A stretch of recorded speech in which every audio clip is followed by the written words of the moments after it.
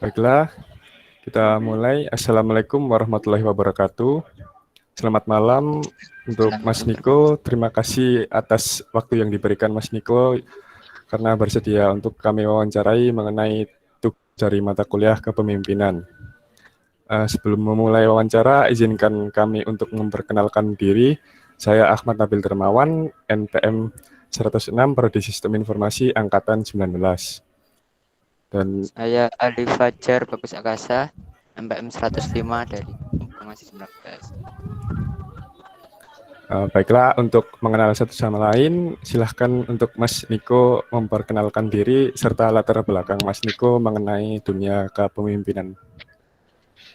Oke. Assalamualaikum warahmatullahi wabarakatuh. Waalaikumsalam. Perkenalkan, nama saya Niko Hidayat. Untuk riwayat kepemimpinan mungkin ini ya beberapa kali saya memimpin organisasi. Salah satunya Himasifu. Terus juga sekarang ini sedang bekerja di PT Tati sebagai project manager. Oke, itu sih. Siap. Terima kasih Mas Niko telah memperkenalkan dirinya. Gimana nih Mas Niko? Kabarnya Mas Niko? Baik. Kalian gimana nih? Alhamdulillah Mas, Kuliah baik. online? Alhamdulillah. Aman kuliah online-nya? Alhamdulillah, Aman. masih kuat Mas, masih kuat. Katanya mau offline ya? Iya, harusnya Iya, mau enakan off. habis semester depan Iya. kayaknya Mas ya. Iya, habis UAS ini terus liburan baru semester depan itu Mas. Oke. Semangat. Siap. Terus ini Mas kan ada untuk memenuhi tugas dari kepemimpinan. Ini saya mau bertanya-tanya ini kepada Mas Niko terkait mengenai kepemimpinan. Nah, kan latar belakang dari Mas Niko sendiri kan juga pernah menjadi ketua Himasifu periode 2018-2019 Mas ya. Nah, lebih tepatnya 2019 sih, itu aja. Oh iya wis, 2019 itu Mas. Ini saya mau tanya Mas. Gimana sih Mas enaknya jadi seorang pemimpin gitu Mas? Dan apa yang buat Mas merasa belum puas selama periode 2019 itu? Oke. Kalau enaknya jadi pemimpin ya, kalau menurutku kita itu bisa dapat relasi yang banyak gitu loh. Punya koneksi yang banyak, link yang banyak. Terus kita itu juga punya kesempatan nggak hanya mendapatkan sesuatu yang intinya bernilai di dunia, tapi juga bernilai di akhirat gitu loh. Soalnya kan dengan menjadi pemimpin kita itu bisa bermanfaat bagi banyak orang, bisa memiliki pengaruh untuk banyak orang. Ya walaupun kita juga nggak bisa memprediksi itu hasilnya baik atau enggak, tapi setidaknya dengan jadi pemimpin tadi kan niatnya kita itu udah baik gitu untuk menjadi bermanfaat untuk banyak orang. Itu sih kalau kebaikan yang tak rasain. Terus kalau yang kekurangannya yang istilahnya aku burung puas, banyak hal-hal yang dulu tak rencanain di tengah jalan itu harus berubah gitu loh, karena emang kondisinya nggak memungkinkan. Terus juga target-target itu masih banyak yang belum terpenuhi gitu. Itu sih mungkin yang masih kurang. Jadi banyak enak Mas ya.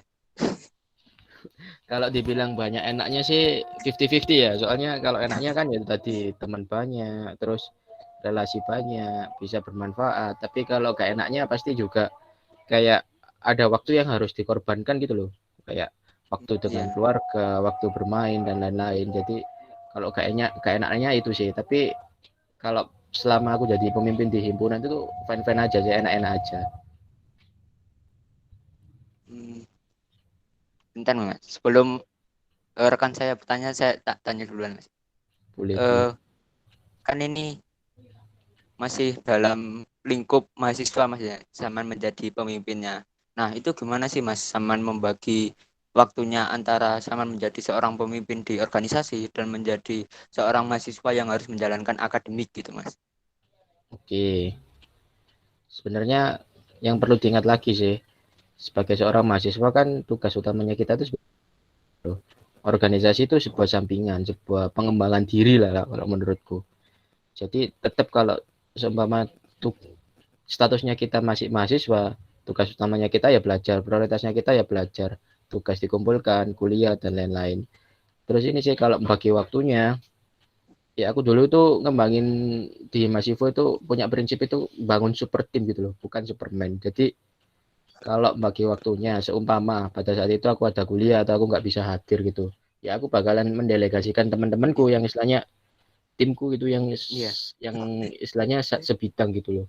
Nggak harus semuanya itu aku yang handle gitu. Jadi itu tadi percaya sama temen itu juga bisa kayak mengurangi bebannya kita sebagai pemimpin gitu. Iya. Gitu sih. Terus untuk ini mungkin rekan saya mau bertanya, silakan Bil. Mungkin kalau menurut Mas Niko sendiri apa ya untuk menjadi seorang pemimpin itu apa aja sih yang perlu diperhatikan? Kalau untuk menjadi pemimpin apa aja yang perlu diperhatikan ya? Kalau Iya. menurutku faktor utama yang harus diperhatikan itu bagaimana kita itu bisa memimpin dirinya kita sendiri gitu loh. Soalnya untuk menjadi seorang pemimpin itu kan butuh komitmen. Nah, kita tuh ketika menjalankan komitmennya, kita tuh nggak sedang memimpin orang lain sebenarnya, tapi memimpin dirinya kita sendiri gitu loh. Mungkin dengan membiasakan on time, membiasakan bertanggung jawab, membiasakan mempunyai planning dan lain-lain. Istilahnya kembali lagi kita siapin dirinya kita sendiri untuk memimpin dirinya sendiri gitu. Diri kita sendiri dulu.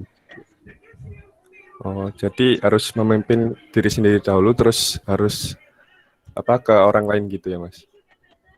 Bener, kalau menurutku sih kayak gitu. Nah, kalau gaya kepemimpinannya Mas Niko yang diterapkan pada Imasivo 2019 itu apa, Mas?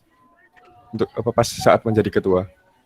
Oke, kalau kayak kepemimpinan aku tuh lebih suka ke arah demokrasi ya. Jadi kayak contoh ada sebuah keputusan gitu. Aku nggak bakal ngambil keputusan itu sendiri gitu loh. Ada yang namanya kalau aku dulu itu kayak hierarki keputusan. Jadi kalau ada keputusan yang istilahnya itu besar, itu pasti aku ngelibatin semua kepala departemen, BPH dan lain-lain. Kalau di tingkat kepala departemen dan BPH itu mentok, aku naik ke atas ke tingkat BPH gitu. Kalau tingkat BPH masih mentok, diskusinya biasanya aku sama wakilku gitu sih. Jadi kayak ada tingkatan pengambilan keputusan gitu. Demokrasi lah, lebih ke arah demokrasi, enggak semuanya itu keputusanku enggak. Jadi semuanya itu berhak untuk memberikan pendapatnya gitu. Mantap nih. Nah, ini selanjutnya kan pada saat memimpin suatu organisasi pasti itu tidak luput dari sebuah masalah atau tantangan ya, Mas ya. Mungkin Mas Niko bisa cerita sedikit tentang tantangan terberat pada saat memimpin organisasi dan bagaimana cara Mas Niko untuk mengatasinya.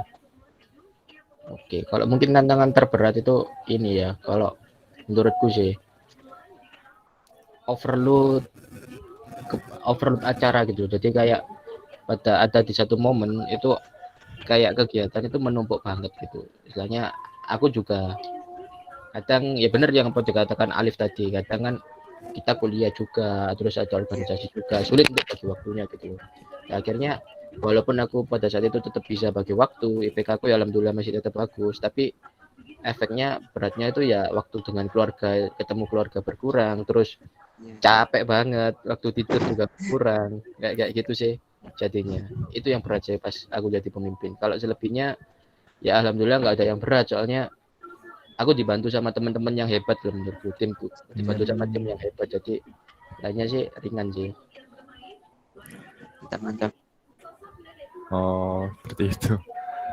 Mungkin Fajar Oh iya Mas. mau tanya. Mas, saya mau tanya lagi terkait mengenai organisasi tadi Mas ya. Pastinya ada kan anggota yang kayak tidak kurang semangat gitu Mas. Kayak dia tidak memenuhi tupoksinya dalam departemennya. Nah, terus gimana sikap sampean terhadap anggota sampean yang ada kayak gitu Mas?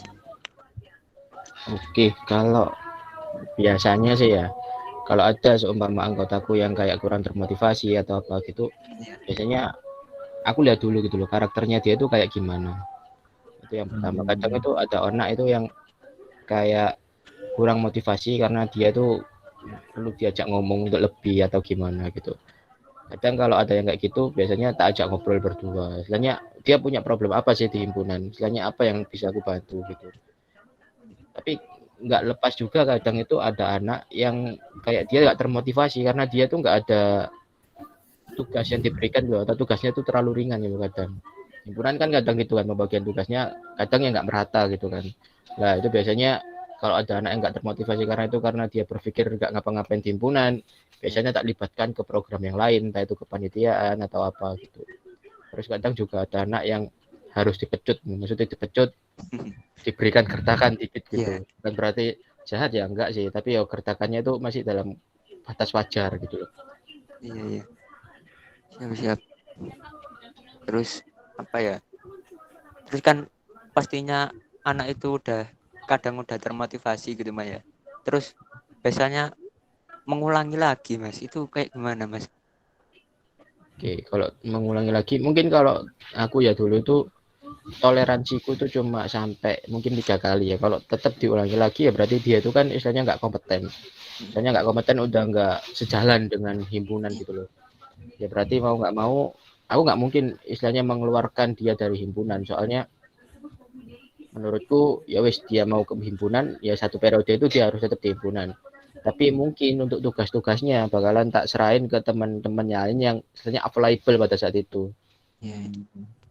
Jadi udah kayak dia tetap anggota himpunan, tapi mungkin dia nggak bakal tak kasih tugas yang lebih.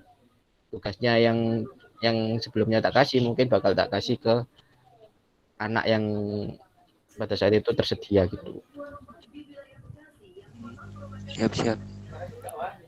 Mungkin dari Abil mau tanya lagi atau sudah dicukupkan? Mungkin apa namanya saran dan tips untuk orang-orang yang mau menjadi seorang pemimpin suatu organisasi, Mas. Oke, kalau sarannya ya mungkin sama kayak yang tadi sih Bil. Jadi kalau menurutku ya sebelum kita itu memimpin orang lain, itu alangkah lebih baiknya kita itu juga memimpin dirinya kita sendiri gitu loh. Contohnya apa? Contoh kayak kalau kalian kan mahasiswa nih ya, dengan memimpin diri kalian sendiri itu berusaha gimana untuk nggak telat, tugas dikerjakan dan lain-lain. Istilahnya manajemen waktu dan memimpin dirinya kalian sendiri untuk mencapai goals yang kalian lakukan gitu loh. Kalau tipsku sih itu sih pemimpin baru kalau kalian berhasil memimpin diri kalian sendiri naik lagi ke atas, memimpin tim kecil, mungkin jadi ketua kelompok atau apa gitu. Nah, baru nanti tingkatannya naik ke pemimpin yang lebih besar gitu. Contoh kayak Pak Jokowi lah dulu memimpin wali kota, memimpin perusahaan, terus memimpin jadi wali kota, jadi gubernur, jadi presiden gitu.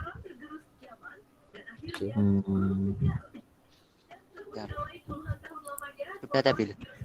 Hah? Wis. Sudah. Wis.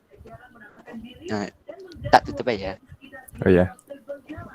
Terima kasih Mas Niko ya atas waktunya Mas. Terima kasih ya. Iya, menyempatkan dirinya. Bentar Mas, belum tak tutup Mas, tak tutup dulu Mas. Oke. Ya nggak mau keluar kok ya, belum keluar. Iya. Cuma mau bilang terima kasih aja. Siap. Maaf juga kalau biar ada yang salah kata. Iya Mas. Siap. Bisa saya tarik kesimpulan atau benang merah pada wawancara terhadap Mas Niko selaku pernah memimpin di Himpunan Mahasiswa Sistem Informasi periode 2019. Sebelum kita memimpin tim atau memimpin orang lain, hendaknya kita harus bisa memimpin diri sendiri terlebih dahulu. Mungkin itu yang benang merah dari Mas Niko. Terima kasih Mas Niko atas waktunya. Terima kasih juga rekan saya. Kurang lebihnya mohon maaf. Assalamualaikum warahmatullahi wabarakatuh. Waalaikumsalam warahmatullahi wabarakatuh. Waalaikumsalam warahmatullahi wabarakatuh.